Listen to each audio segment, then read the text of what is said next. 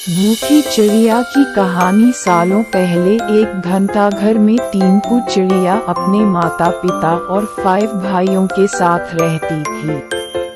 टीनकू चिड़िया छोटी सी थी, उसके पंख मुलायम थे। उसकी माँ ने उसे घंटाघर की ताल पर चहकना सिखाया था। घंटाघर के पास ही एक घर था जिसमें पक्षियों से प्यार करने वाली एक महिला रहती थी। वह टीनकू चिड़िया और उसके परिवार के लिए रोज रोटी का टुकड़ा डालती थी। एक दिन वह बीमार पड़ गई और उसकी मौत हो गई। टीनकू चिड़िया और उसका पूरा परिवार उस औरत के खाने पर निर्भर था। अब उनके पास खाने के लिए कुछ नहीं था और न ही वो अपने लिए खान जुटाने के लिए कुछ करते हैं। एक दिन भूख से बेहाल होने पर टीनकू चिड़िया के पिता ने कीड़ों का शिकार करने का फैसला किया। काफी मेहनत करने के बाद उन्हें 3 कीड़े मिले जो परिवार के लिए काफी नहीं थे।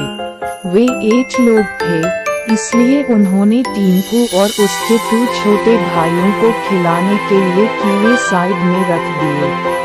इधर खाने की तलाश में भटक रही टीनकू, उसके भाई और उसकी माँ ने एक घर की खिड़की में चोंच मारी ताकि कुछ मिल जाए, लेकिन कुछ नहीं मिला।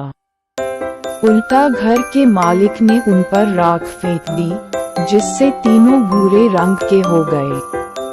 उधर काफी तलाश करने के बाद टीनकू के पिता को एक ऐसी जगह मिली जहां काफी संख्या में कीड़े थे।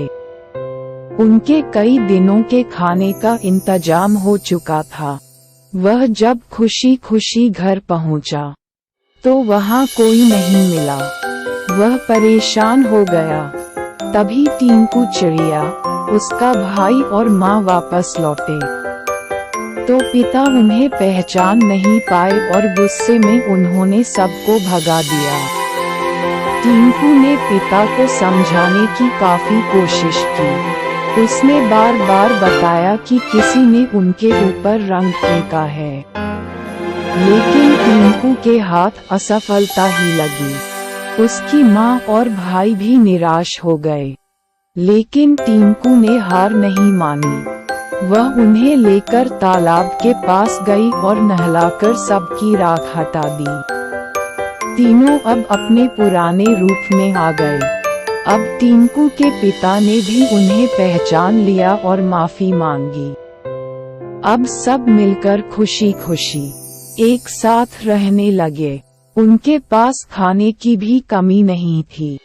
कहानी से सीख: कभी भी किसी पर पूरी तरह निर्भर नहीं रहना चाहिए। इंसान को खुद मेहनत करके अपनी जरूरत की चीजों को जुटाना चाहिए।